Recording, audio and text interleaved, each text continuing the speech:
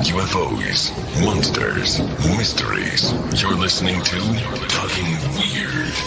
And now, from a cabin deep in the Northwoods, your hosts, Dr. Dean Bertram and Jen Durrell.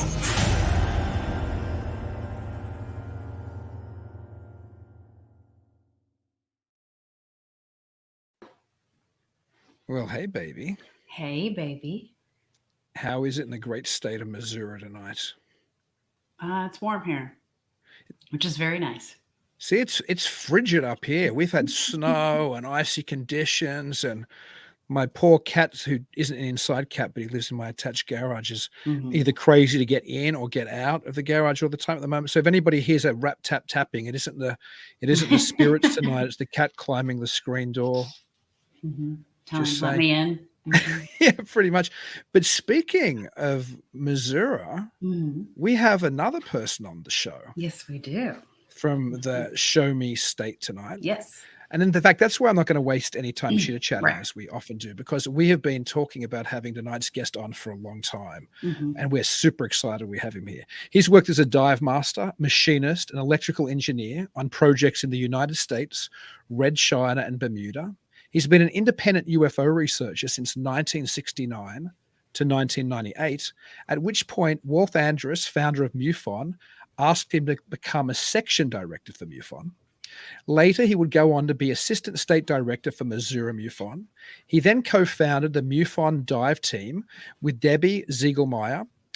He then joined Ted Phillips, who, of course, is the legendary ufologist who perhaps did more than anybody else in the field to record actual trace evidence of UFO landings.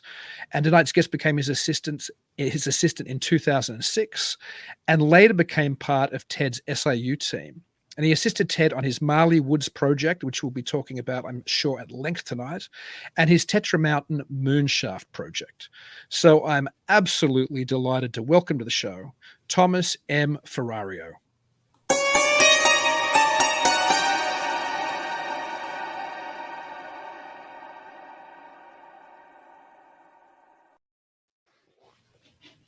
Greetings, Thomas. Hi. Hello, Dean. Hello. Yeah. Glad to be here. Glad to be here right now. Oh, yes. We're excited. We're excited that you're here. Yeah, you guys are my company probably this week. I don't get out a whole lot. So it's wonderful to be talking to you both. Yeah, and we are both delighted to have you here. Yes. I'm really curious to know a little more about Marley Woods, because I just recently found out about that last year or two. And so I'm excited because it's from Missouri. So, do you want to talk about that?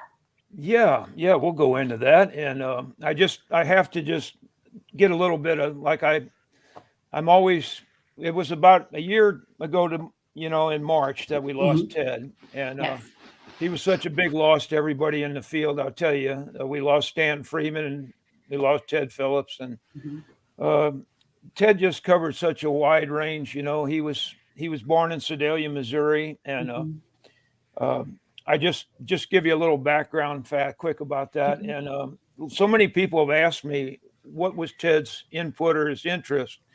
And he always had an interest. His father worked in a radio station when he was a boy, and actually got him an interview with 2 World War II fighter pilots. And that had close proximity. I mean, this thing flew within 30 foot of their cockpit.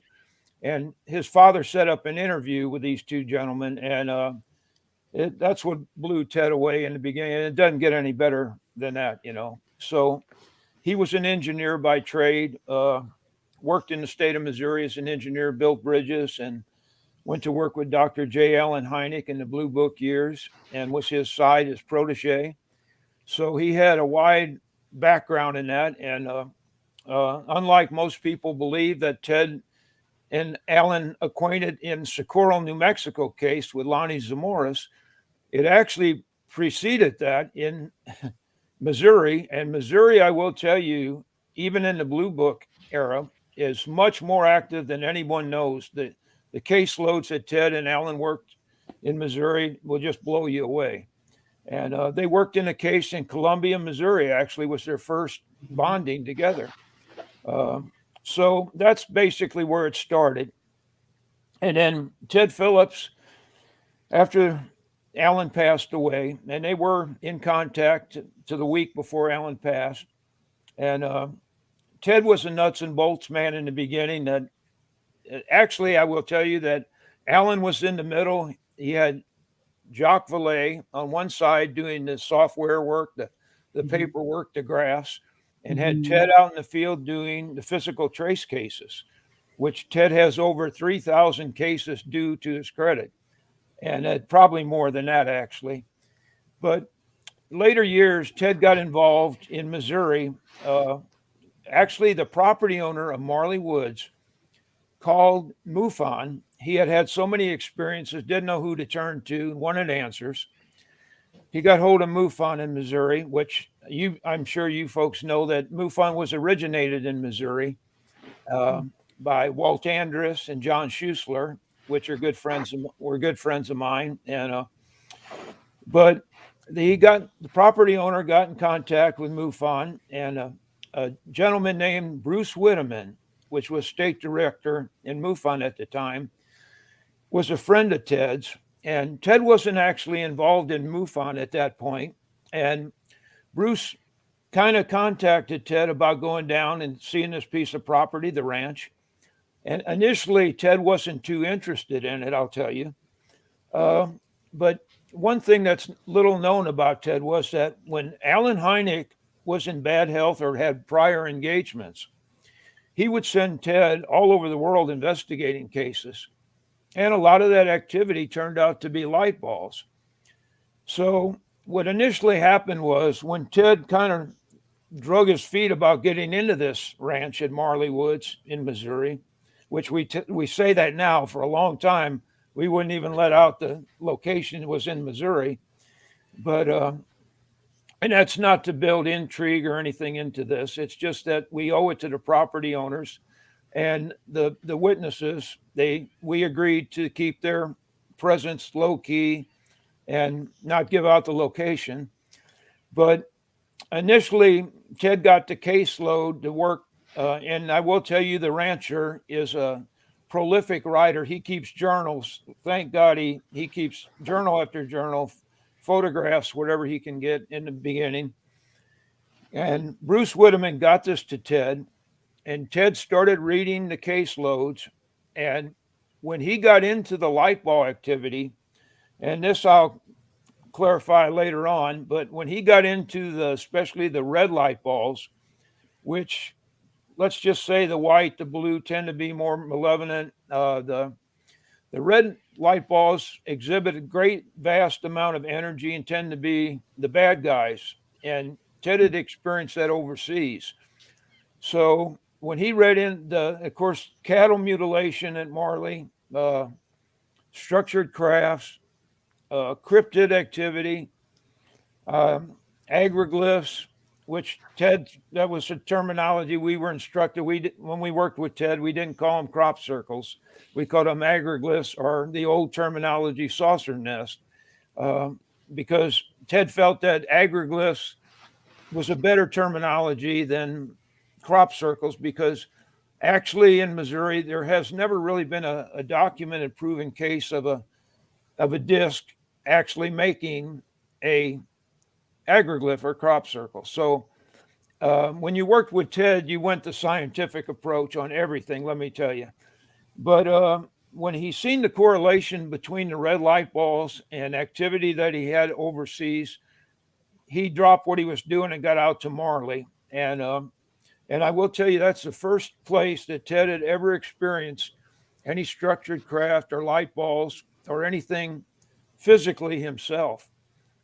For so many years, as he said, he was tracking breadcrumbs, going around the world trying to track these things. And Marley was the first place that he ever experienced anything. So I'll let you guys go at that, wherever you'd like to run with it.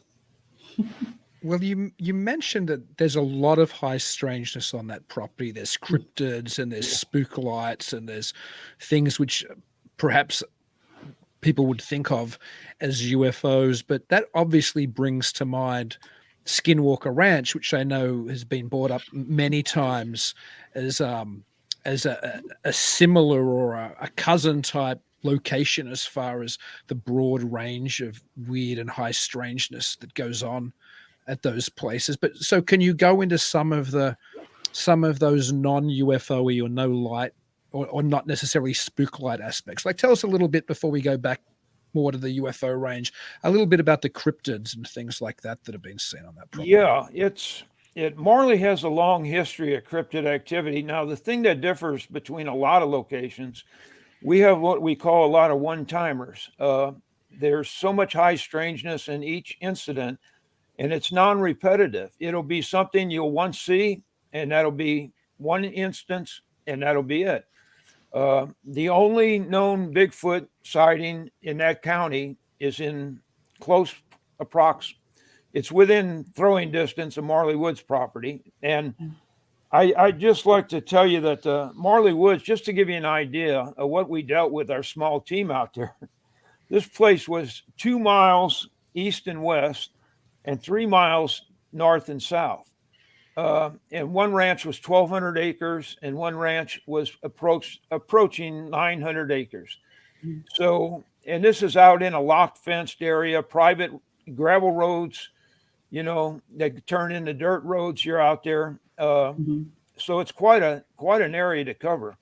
And the cryptids and all the activity, the anomalies out there, Ted always said that one thing we could document and learn, it always showed intelligence. It learned your weakest moment, your weakest, whatever, when you weren't prepared, that's when it would hit. And, but going into the cryptids, we have everything that ranges from the only Bigfoot sightings in that area to large, and this sounds strange, but large polar bear / sloth type creatures that approach, and the rancher could judge cattle. He was a cattleman, and he could judge cattle within a few pounds of on the hoof weight. And he put this thing at 600 to 700 pounds. We do have one poor picture of this that his daughter took. It was viewed only 2 times in the history of Marley Woods and the ranch. And the strange, unique thing about this creature was it was seen more standing up, walking on its hind legs than on its all fours. Now, the other anomalies with this creature was he brought his rifle out one day, the second time he seen it, and he was worried about it. It was threatening, and he believed he felt a bad presence about this thing. And he fired at it, and he claims he made it red in his description. Well, after he made it red, it was snow white. This creature was long hair, which comes into play. I'll tell you about the physical trace we found on this creature. He's seen this thing go through a brand new 4-strand barbed wire fence. Now, when I say go through, this is the really high strangeness of it. I don't mean it went over or under. I meant this thing passed through the fence, non-damaging the wires. Now, you can't explain that. When we got out there, of course, we were looking to have a full-time presence in Marley. We didn't have that. We got out there about 4 days after this. We got to the fence where the creature had passed. We got 16-inch long white hairs off the fence on the top strand and bottom strand. Now, what has 16-inch long white hairs out in the wild out there? I mean, there's no horses out there, horsetail, no bovine, no cattle, to that degree white. And and we did get tracks. So this did leave impressions in the ground. And I have photos of that yet, and we got the casting yet of that. And Ted sent the hair samples off to a woman that he had used for years in research named Phyllis Budinger, which she has a great lab, and she's been on several television shows doing research for people. But she did microscopy on the hair samples and came up with no known match. So Ted had another friend. They sent off another sample of hair, And of course, at that time, we didn't have money for DNA work or mitochondria or anything. The other lab did microscopy, and it so intrigued them, they had a section of the lab that did, at that time, crude DNA work that, of course, we couldn't pay for it, so we couldn't log the results. But they did get back to us, and it so intrigued the people in the lab that when they did the DNA work that they did came back no known match on file. So there you have microscopy and DNA work to no match, not bovine, not canine. And I mean, now how do you explain that? Now, that's just one of the high strangeness that we've had in cryptids. And we've had everything from little creatures running around to where there was hard ranchers out there, deer hunters that had actually went up north and done bear hunting and that. They had experiences out there where they would never set foot on Marley again. And wouldn't even want to talk about things they've seen. And so it goes from that. And we've had tracks just last year. I had reports from the rancher. We had, and here again, the high strangeness, we had 13-inch, 3-toed tracks on a pond with light ice, with light snow on it, going out into the center of this pond and terminating. And the rancher told me, he said, Tom, he said, if I stepped my foot on the edge of the ice, it would have broke through. Now, how do you put down a 13-inch track of something that's considerable mass and weight and not break through the ice, and it terminates the tracks in the middle of the pond? So there again, that comes into play with what we've proved out at Marley, and so often they're working with now at Skinwalker. I'll tell you that some of the high strangeness that it's getting to the point where, and people that worked with us out there we'll get into later, that this is all dimensional. Now, the structured craft that we've had out there and other experiences, it gets into the dimensional area that this is all dimensionally based, and that on a lot of ufologists, this steps on their toes, and they want to think interplanetary, not interdimensional, which when you think interdimensional, you can be speaking about one above and all, it's, but Ted over the years come to find out and believe, and all of us out there, that there are actually this is one of the places where there are portals, and we have images of this, what Ted believed was portals opening and closing. And when this stuff comes through, it's as real as you and I. And when it's not there, you could go through Marley Woods hand to hand, on 3 miles, and you'd never come across anything. So that's just touching upon some of the cryptid activity. I can see how investigating a place like Marley Woods would change the opinion of somebody like Ted Phillips from, as you said, nuts and bolts, a standard extraterrestrial hypothesis type person, into realizing that the phenomenon behaves like something far more complicated than those traditional science fiction tropes. And even when you were talking then about something that has hair and physical mass but can pass through a barbed wire fence at the same time, it seems like these, whatever it is, and I think this is the hardest part for a lot of people to get their heads around, is that there is a physical manifestation, yes, which seems to be like as ontologically real as my table here, but then it can just poof, evaporate in a puff of, not even a puff of smoke. It's just there and it's gone. Oh yeah. Do you have any theories of why you think places like Skinwalker and particularly Marley Woods seem to be window areas for these things to come through and go back again? That's one of the items that drove Ted Phillips, and him being, the true researcher and scientific mind in it, and other people that were out there, that it drove them crazy, because Ted spent the better part of his later life at Marley, and when he wasn't there, he was doing research, and he could come up with no geological reason, no we even dove into the Native American culture there, which we did find in later years. There had been a presence there. And this thing goes back several generations. I mean, we tracked it back like 10 generations in that locale. And there was no Native American presence there that, representative that we could talk to, but we suspect it probably went back to that. But we heard reports of these light balls and activity going in and out of caves. So we started exploring caves around Marley. And let me tell you, at times it really was kind of risky and it wasn't easy, but we did find quite extensive cave complexes near Marley that we felt could go under Marley. One of the ranchers felt like the light ball activity came out of the ground, which there again, we later found out that wasn't necessarily true, but we could find no real reason. And I will tell you, up to now, they really can't put their finger on a reason at Skinwalker.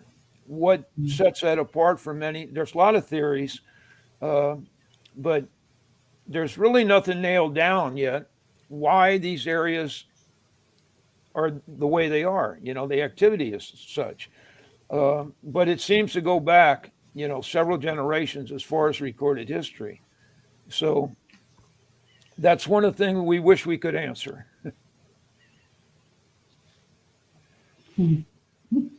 Good. Missouri is definitely a strange state. I know Jen lived in a property near the area where Ted Phillips was born, actually, that was loaded with not necessarily cryptid phenomenon, but certainly spookalites and poltergeist type phenomenon, which I know are both present in Marley Woods. Oh yeah.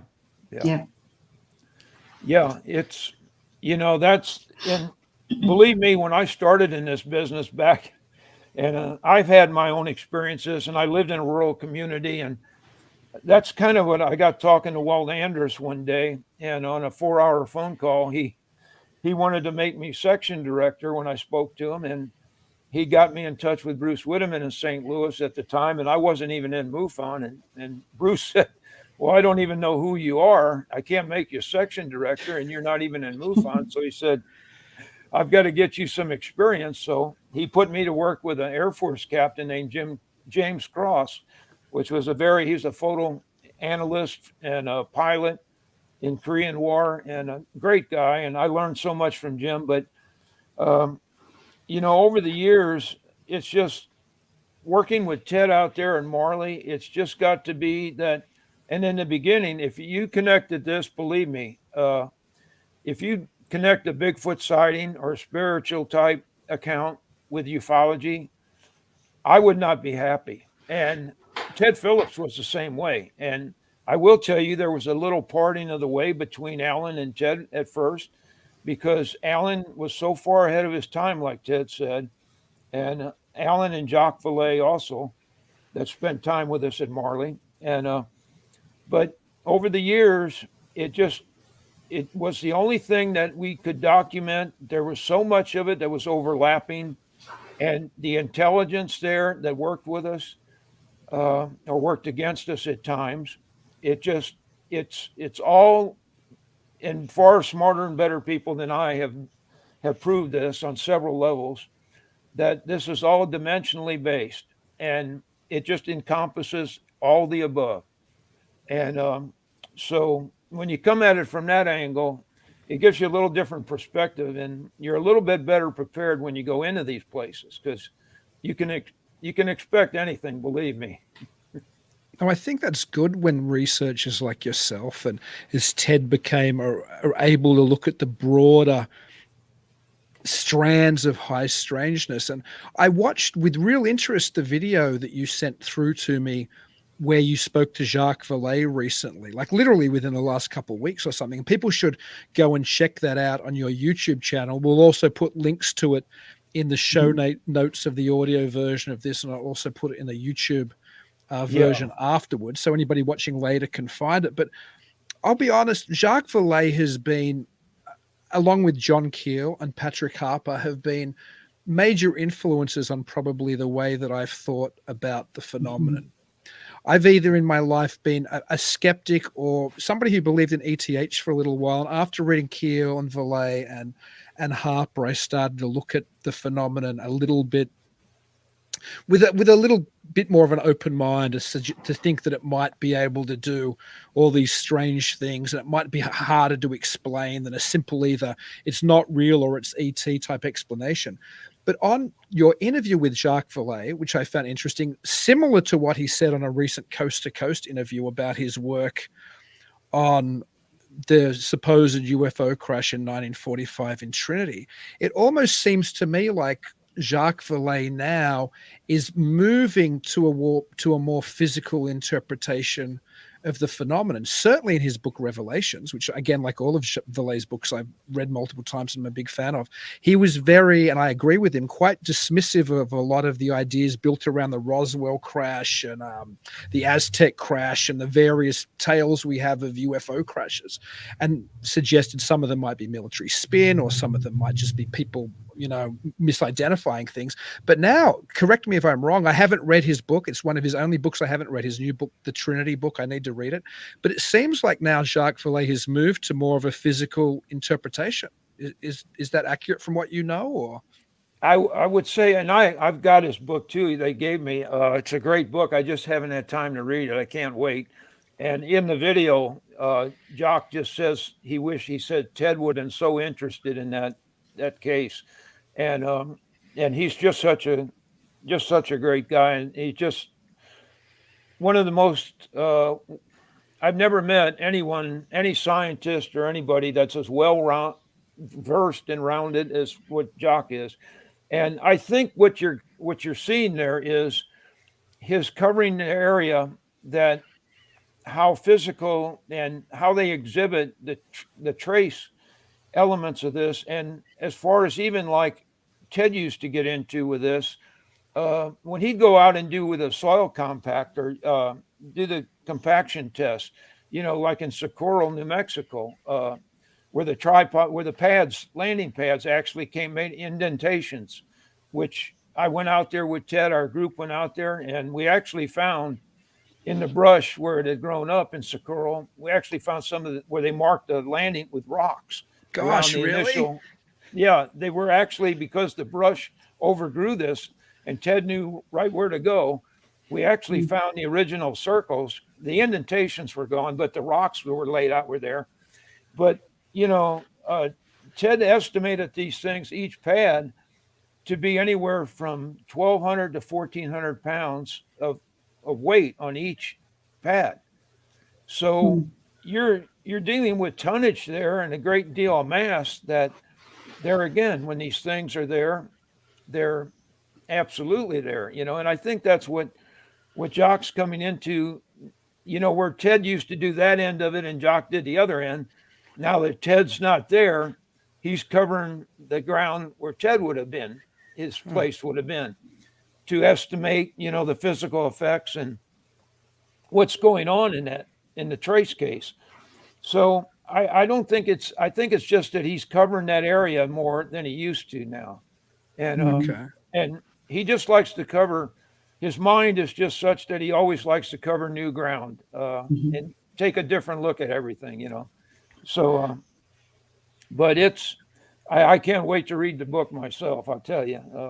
Yeah, I need to order it. I think I've read every other major book by Jacques Valet, but I haven't read that one. And on a similar, but not necessarily Jacques Valet related question, although he did mention this as well on the interview with you, is perhaps the biggest story in the UFO field in the last probably more than a decade now, is the Nimitz story, the Tic Tac videos, and this idea that we might somehow be approaching some kind of disclosure, but do you have a take on those videos, or your take on the idea that maybe the US government have some secret that they have to tell us? Or well, I will tell you that there is, working with these people, I will tell you that there is a reality to it all and a truth. Some of it I can't go into, but I do believe that their hand is being forced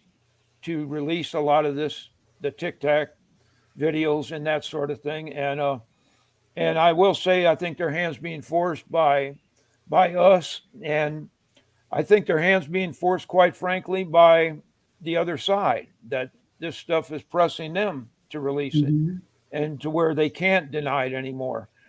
But there was a time when, as Ted explained to us, when, he loved to go out and do the structured crafts, the 30 to 60-foot disc, uh, make imprints, leave white phosphorus like material, and do like the Delphos case, he did with Ron Johnson. I don't know if you're familiar with that at all, that he did in Can. I mean, that's one of the most documented.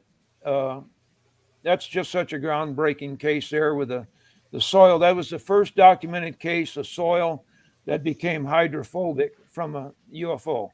Uh, so, and I actually had, being in Ted's office, he still has soil samples from Delphos, and I Mhm. couldn't resist myself from actually, after all these years, trying this test on it with water to see if this soil would still Yeah. repel water, and it still did. I mean, it's still, after Gosh. all these years. Mm. So I will tell you that I do believe now, as Ted and a lot of people in the field say, that they believe that when ufology switched a lot from the structured craft to the light ball, more lights in the sky, and they feel that as our technology increased, I mean, the intelligence you're dealing with, they lowered their risk factor. They started doing less structured craft work, and they used light balls, and I could go into some of the strangeness on that, but light beams, light balls, the tic tacs, things that you really can't, we're getting to the point now where we can even do a lot of tracking of that type of phenomena. But you really, if you see a light ball in an exhibit, and we've had light balls out in Marley that comes through between a windmill and our office that the property owner built us. He's such a wonderful man, the rancher. He built Ted a 2-story structure with a deck around it for us to stay in and put our Mm. equipment in. And we had light balls go between the windmill and our structure and burn out circuitry on cameras, burn out. Mm. And I'll give you I'll date myself here. When we started with VHS tapes, it Mhm. it cleared a whole bank of VHS tapes, wiped them clean electronically. When we went to DVRs, it burned out circuitry in DVRs and storage devices. And so um, we were dealing with an intelligence out there, I will tell you. And so I feel that a lot of what's coming about now is their hand is being forced in various ways, let's say. Do you think there's a possibility too that we tend to, as humans, and people in the UFO field are humans, so they behave like humans. We tend to like to have things understandable and compacted in the way that we look at things.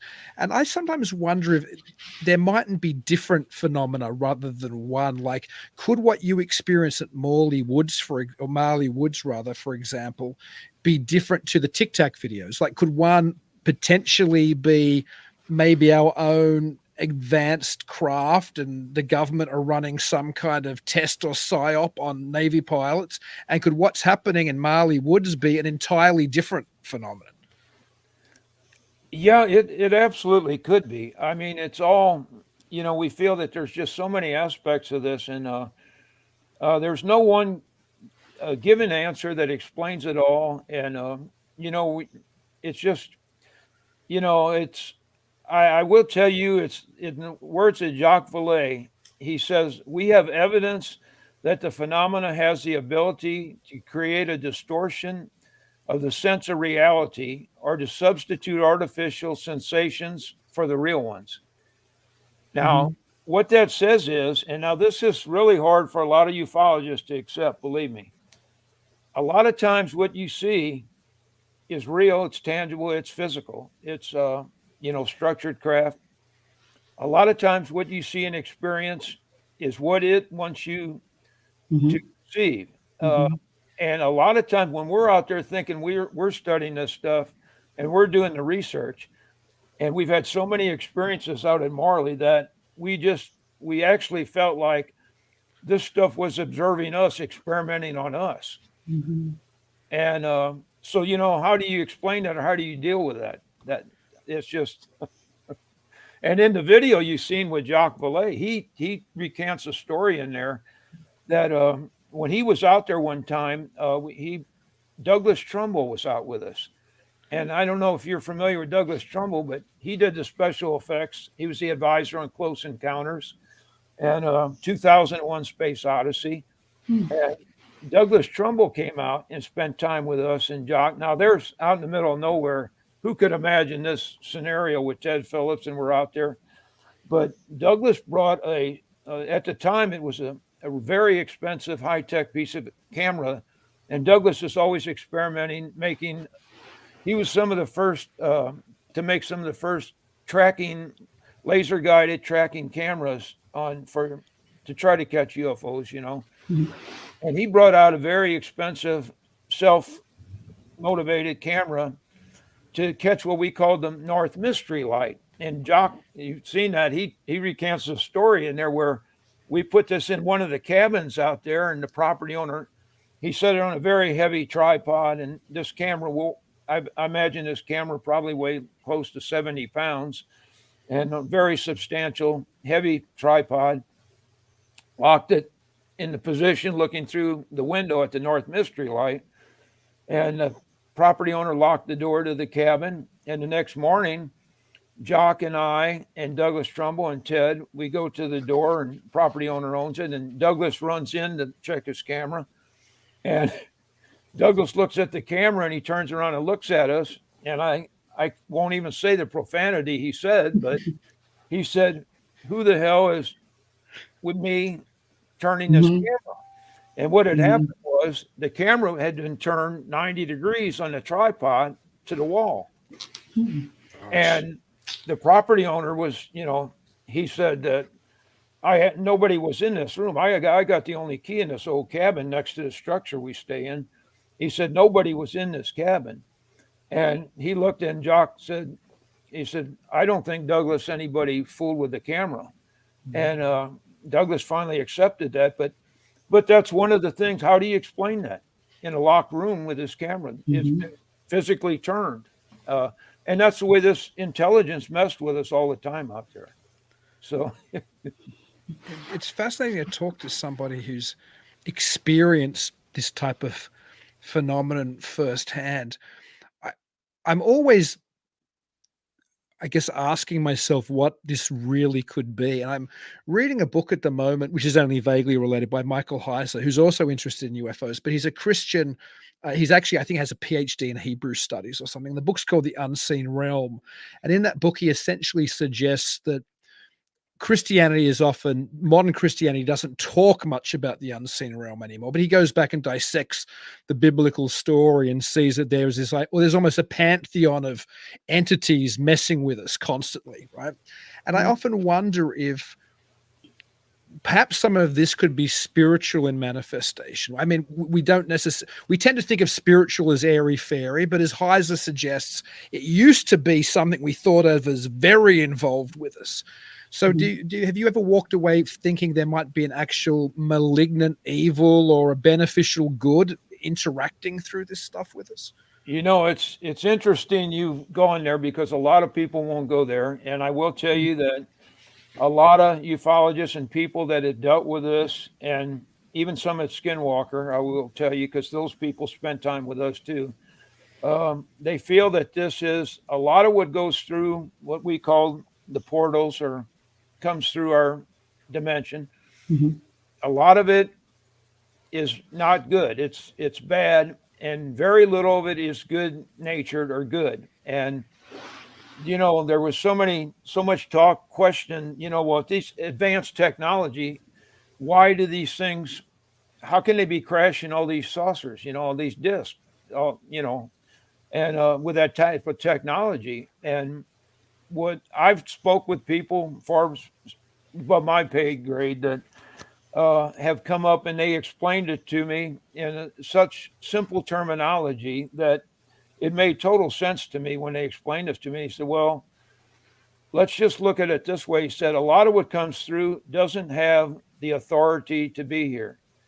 And some of it does, but that's rare. But when he explained to me, he said, what happens when a young individual, a teenager, somebody steals a vehicle and they're being chased, or they don't have the authority or the know-how to have that vehicle? They always crash.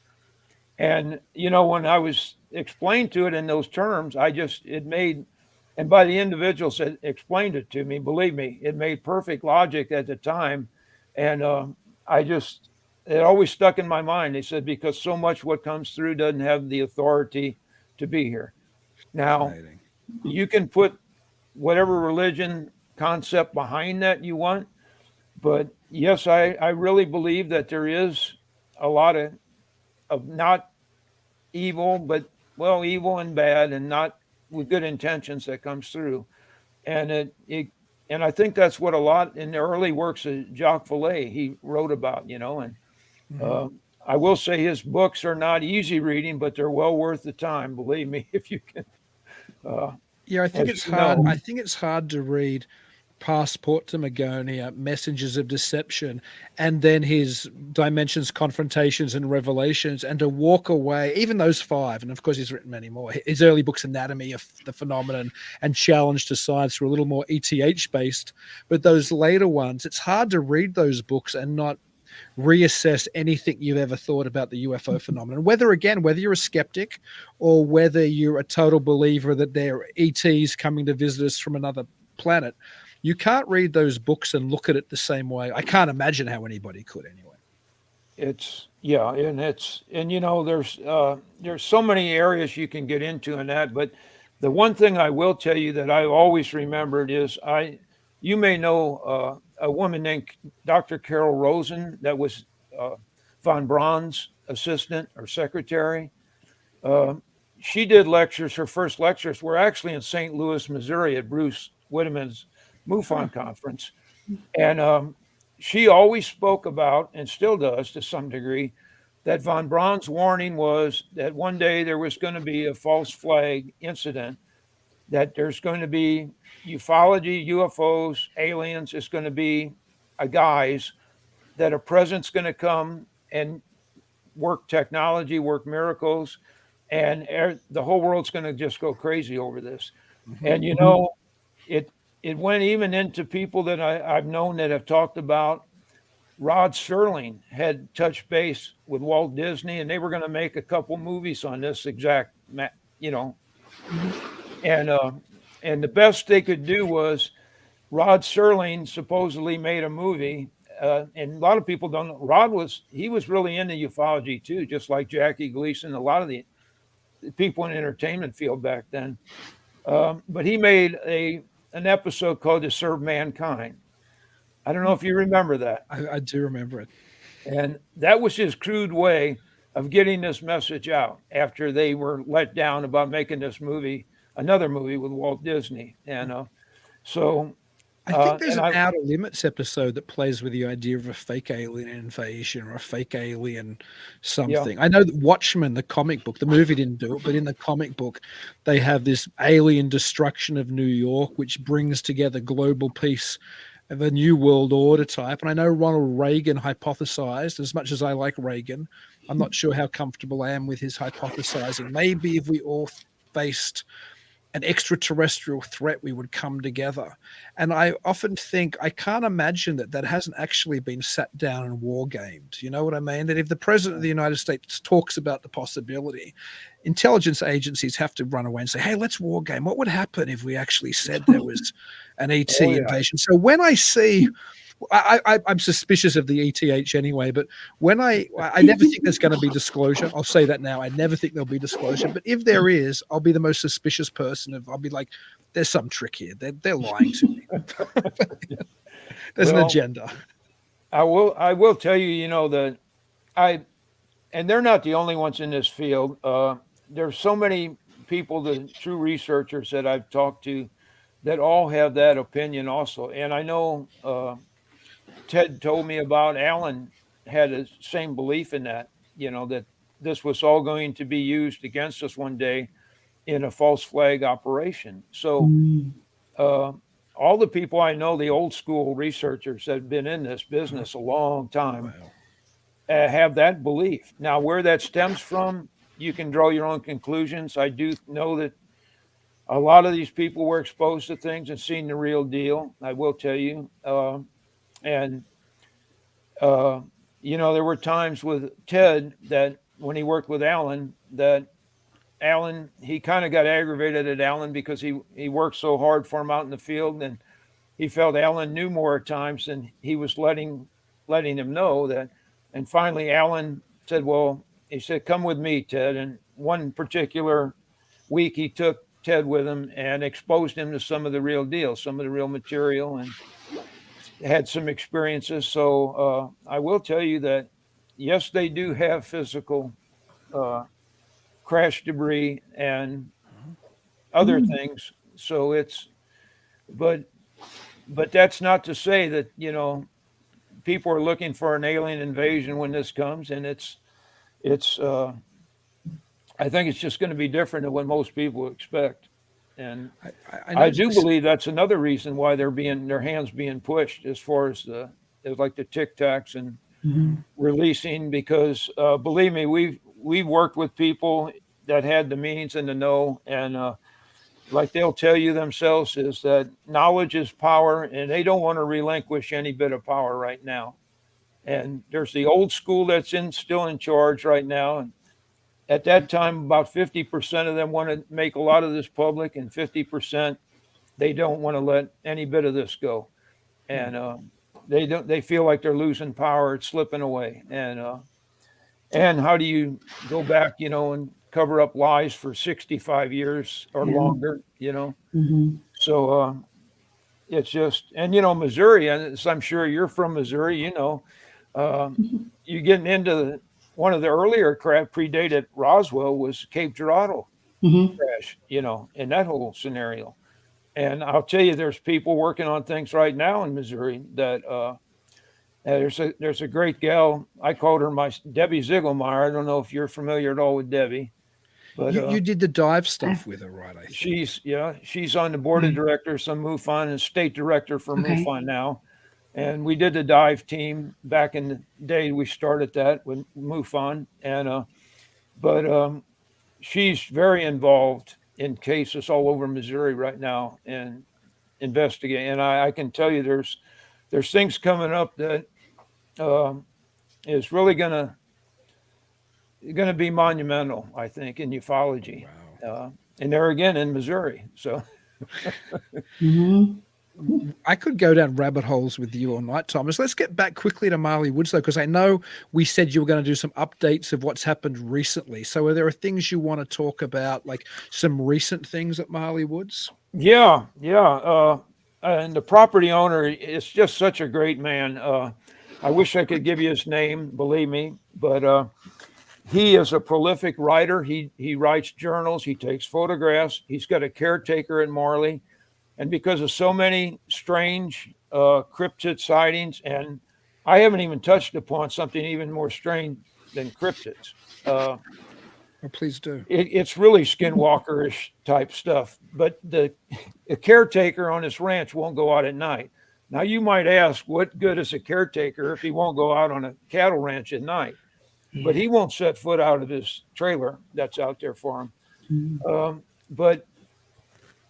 And that comes from, believe me, a strange occurrence out there, a cryptid type thing. And this is Skinwalker. I mean, this involves hooded figures. And if you know the stories of Skinwalker, this involves progressions of hooded figures that he'd went after. And when he finally got one to turn around, it had one of the individuals in a hooded type figure turned around. It had what he described as a face of a wolf. Now,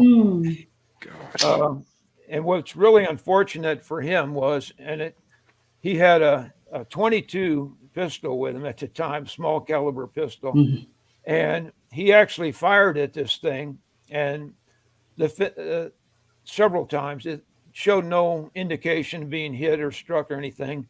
And this hooded progression, which looked like it was walking, actually levitated or was off the ground by about a foot, what he said, and just went in to there's a little private cemetery there. And there again, the spiritual aspect of this, you can draw your own conclusions. But these figures went past that and just faded off out of sight. And he had a lot of experiences like that at Marley. So, it's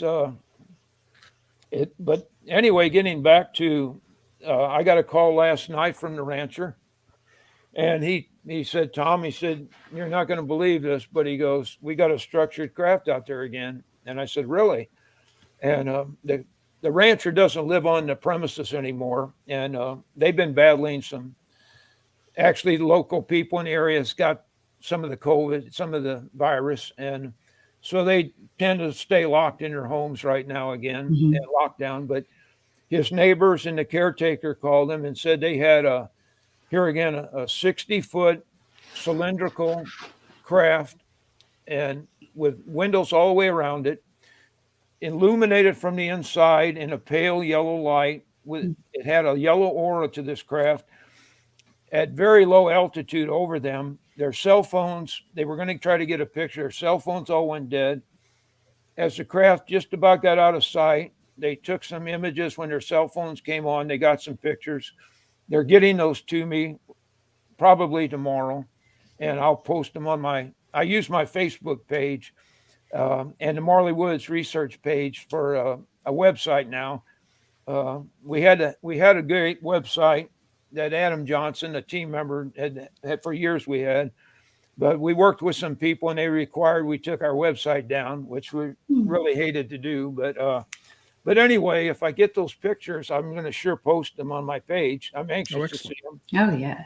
But here again, you have a noiseless, low altitude, huge, what they described as like a box car, like a passenger train car with windows lit all around it, and which is not an uncommon, I will tell you, sighting in Missouri. I've had some in my own area of that years ago, but this happened last night. He called me, and so believe me, if this keeps, I'm going to have to get back out there. And but how often do you get to the property at Marley Woods? Oh, it's been months now since I've been out there.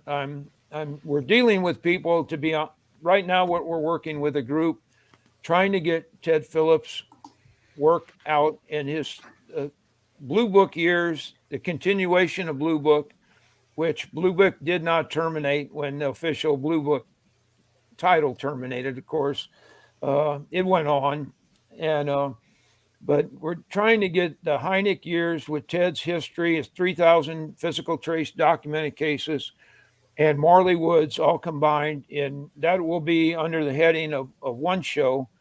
And then we're trying to do another show on Moonshaft. And tell us a little bit about Moonshaft as well for those who don't know. I'll just briefly give you a quick synopsis of that. I always say it's the greatest story never told, but Ted was involved in this. Alan Hynek and Ted were called to talk to a man named Anton Hurek, and that was in this country that after World War II, he got to the United States and made a home here. And they're long since, of course, passed away. But he told the story when he was in Slovakia. He came from a rich mining family. And this just blows. There's so many aspects of history in this whole thing. It takes your breath away. But his family had a series of mines, and Anton Hurek, he spoke 6 languages. He had 3 degrees in engineering and geology, and the man knew equipment mining. And when the Nazis took over Slovakia, they took his family place and kicked them out. And he joined a military, got caught, and he was, I think, 3 years he was in a concentration camp and escaped, joined the underground, and he was in a bad situation. A lot of his men got killed, and him and 2 other guys escaped, wounded, and got to this mountainous area in Slovakia, and a sheep herder found him and took them and hid them in a cave. And of course, caves in that area are to this day, they don't allow you to go into caves. They have a superstition, and for whatever reason. But they got him in this cave, gave him a blessing, told him not to go any farther in the cave. It was haunted. And they hid him in the cave, brought him food and water. And one of his men died in the cave. And while they were in the cave, him being a mining engineer and knowing just to kill the boredom for days on end, being hidden in this cave, he starts exploring the cave. And as he gets into one area, it opens up into a huge cavern.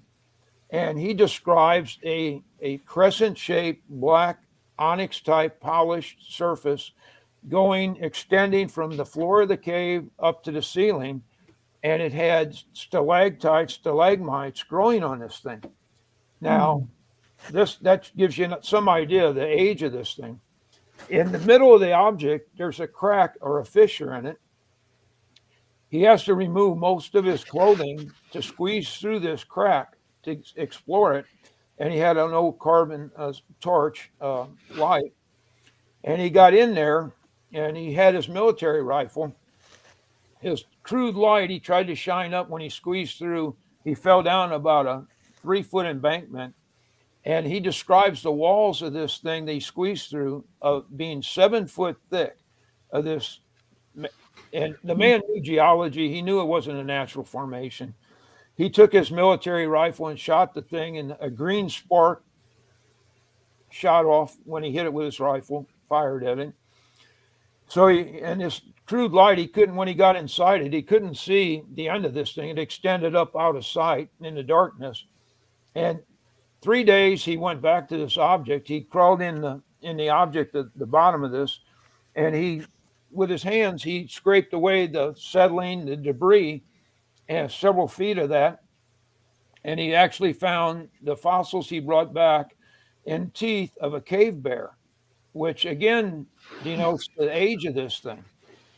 And when he got the debris cleared away down to what he described was finally a 1-inch square wavy grid pattern or grill, he put his head down to listen to it, and some of the dust, warm air coming up, flew the dust, the fine particles in his eyes and blinded him. And he finally got his eyes cleared. He put his ear to it, and he described what he could hear as the sound of heavy turbines or machinery running down in the bottom of this. Now, this makes absolutely no sense. You have instrumentality down here that's self-maintaining, self-motivating. For what possible reason? It makes absolutely no sense. But as Ted said, when you talk to the man, he absolutely knows geology. He knows mining. He knows anything that should be there. And this thing made no sense to him. Now, after the war, he got out, and he did get back after the war. He tried to make a trip back. There were so many prisoners that escaped in that area that the Nazis had carpet bombed this area. And Ted got the location. Ted made 2 trips back and finally found this cave and got into it. Unfortunately, part of the ceiling of this cave had collapsed, and they had to do excavation. And Ted came back to try to get the funding with people to go back. And actually, and this will blow you away also, one of the people that were going to fund this trip back for Ted was Jackie Gleason. Ted met with Jackie Gleason and some other people because I don't know, you're probably aware Jackie Gleason had one of the largest ufology, paranormal and UFO collections in the world. And actually, when he passed away, they gave it to the University of Florida, and they had to build on a wing to contain it all. Wow. But Ted was going back there to do this, and the geopolitical part of it fell apart. The Russians, just like right now, I don't know how you could ever get anything done in that part of the country coming up. But at the time, the Russians moved in, and the last time Ted barely got out. The Russians met him at the airport and I will tell you that this thing is well known in the area. Even the Nazis were looking for this, believe me. The there's people that believe this is what gave, the Nazis had their own teams of spelunkers, and they were looking for things like this. And a lot of the people thought this was the origin of that interest, was the Moonshaft device. And it gets into a whole nother realm that how he found out about this. It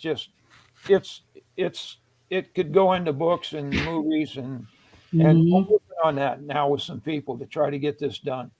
But anyway, that's it in a nutshell. And there's so much more to that story I could tell you about. But that was one of Ted's main goals in life. It was either Moonshaft or Marley Woods. And we were very close at times to getting back to going to Moonshaft and finding it. But we never made it back. So hopefully you'll make it back one day. Speaking about the many things we could keep talking about, I could keep talking about all of these kind of things with you for probably until it was dawn. You've been a wonderful guest, Thomas, but how do people get a hold of you? Or you said the Facebook page or follow what you're doing or follow Ted's legacy. What can you throw out some URLs or?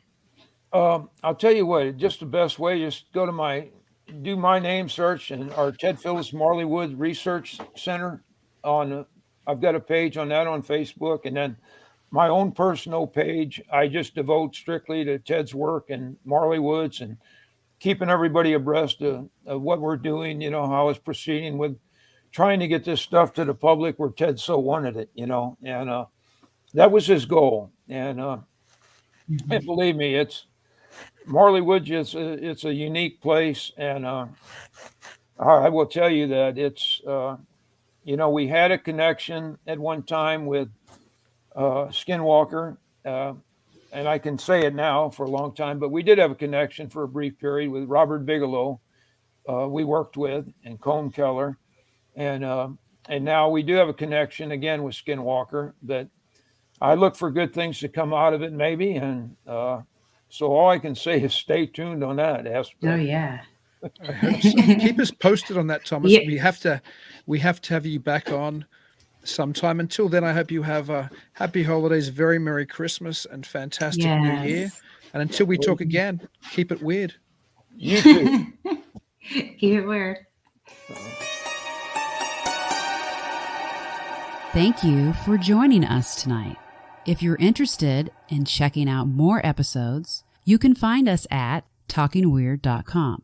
If you haven't already, please like the show on Facebook, Twitter, and Instagram at Talking Weird Podcast. Make sure you never miss an episode by subscribing to Talking Weird. We're available on most podcast platforms and YouTube. And if you do enjoy the show, please leave us a review. Dean and I would really appreciate it. Until then, stay safe and keep it weird.